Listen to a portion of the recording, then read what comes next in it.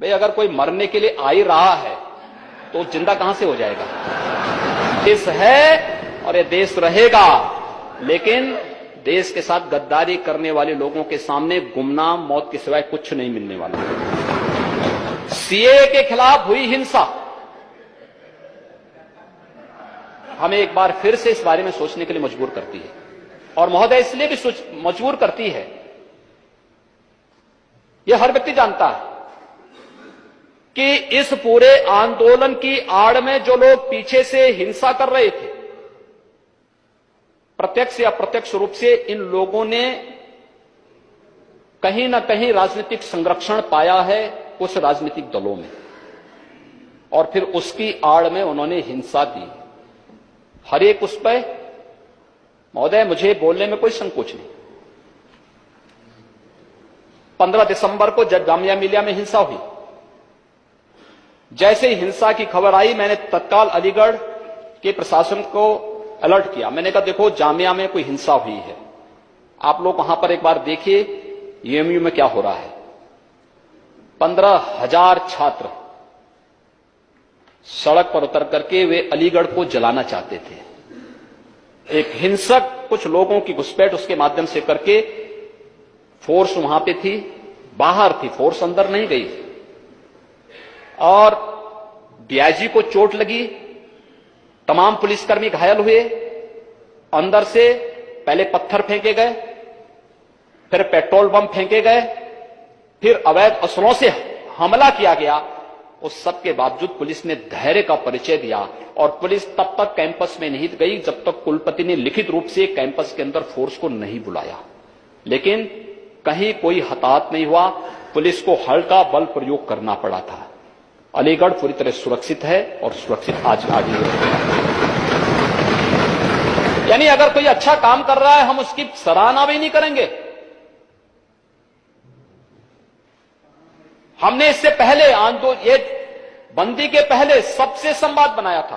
प्रशासन ने प्रदेश में चीफ सेक्रेटरी हो, डीजीपी हो, एसीएस होम हो,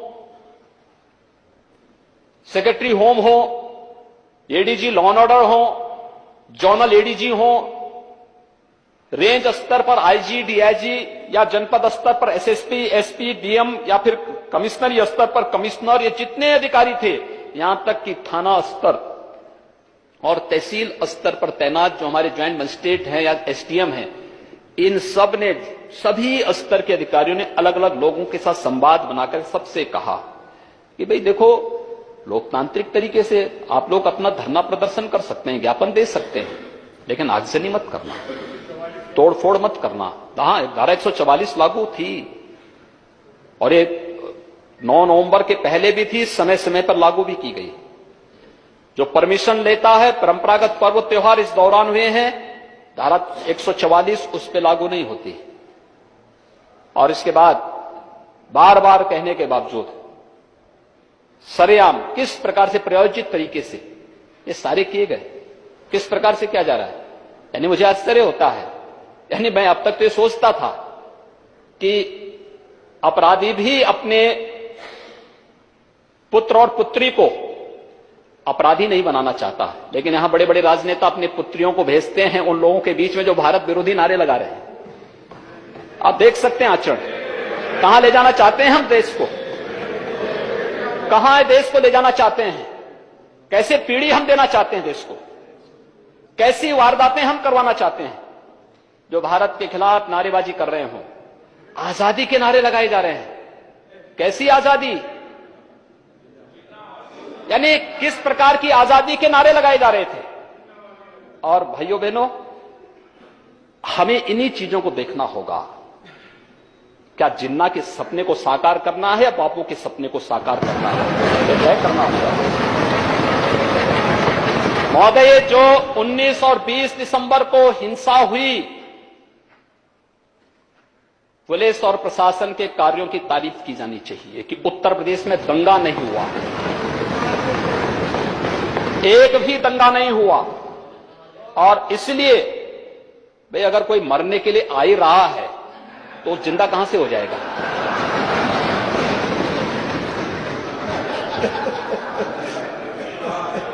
लेकिन पुलिस की गोली से कोई नहीं मरा। ये जो मरे हैं उपद्रवी उपद्रवियों की ही गोली से मरे हैं।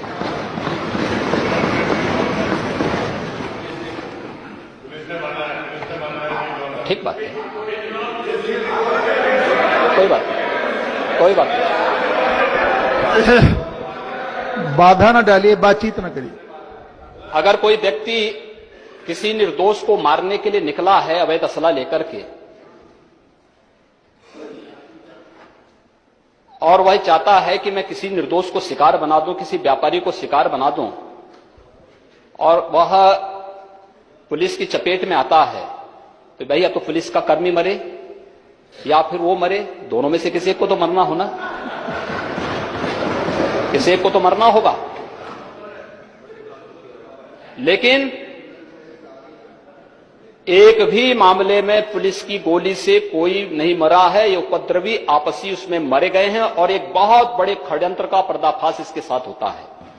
महोदय, पीएफआई का बहुत बड़ा टेरर फंडिंग का ट्रांजैक्शन का खुलासा भी होता है इसके साथ। ये पीएफआई क्या हमारा तेसी है क्या? ये सीमी जैसे संगठन का परिवर्तित नाम है PFI, popular front of India.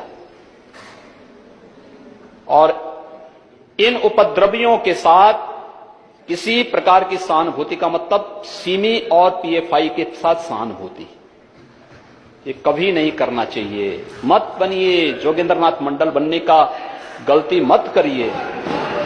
यह देश है और यह देश रहेगा, लेकिन देश के साथ गद्दारी करने वाले लोगों के सामने गुमनाम मौत के सिवाय कुछ नहीं मिलने वाला, कुछ नहीं होने वाला है।